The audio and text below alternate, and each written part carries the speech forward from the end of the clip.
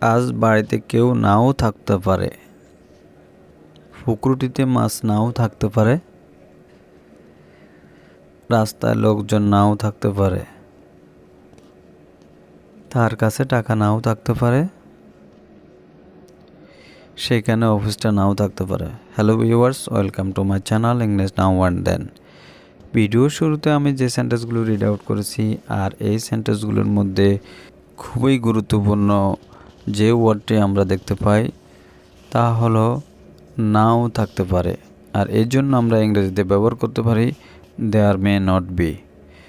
আরও ভালোভাবে যদি আমরা দেখি তাহলে আমরা একটা স্ট্রাকচার ব্যবহার করতে পারি, আর স্ট্রাকচারটি এরকমই হবে,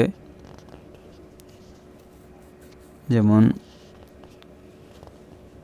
দেয়ার may not be, then noun, then আমরা আদার ওয়ার্ডস ব্যবহার করব।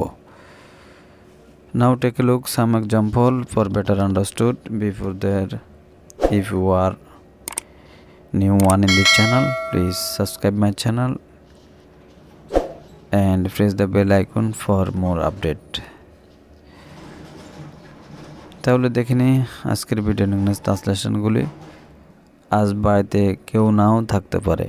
There may not be anybody at home today. পুকুরটিতে মাছ নাও থাকতে পারে। There may not be fish in the pond. And next sentence are, গল্পটি এই বইতে নাও থাকতে পারে। There may not be the story in this book. রাস্তায় লোকজন নাও থাকতে পারে। There may not be people on the road. And another sentence are, তার কাছে টাকা নাও থাকতে পারে। There may not be money to him. সেখানে অফিস নাও থাকতে পারে। There may not be office in there.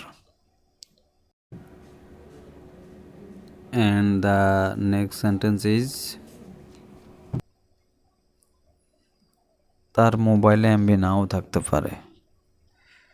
এবং এই সেন্টেন্সটি ইংলিশ ট্রান্সলেট কী হবে তা অবশ্যই কমেন্ট বক্সে লিখে জানাবেন। আজকের ভিডিও এ পর্যন্ত। Thank you everyone, thank you. Please do like, share and comments, and never mistake to subscribe the channel. Thank you.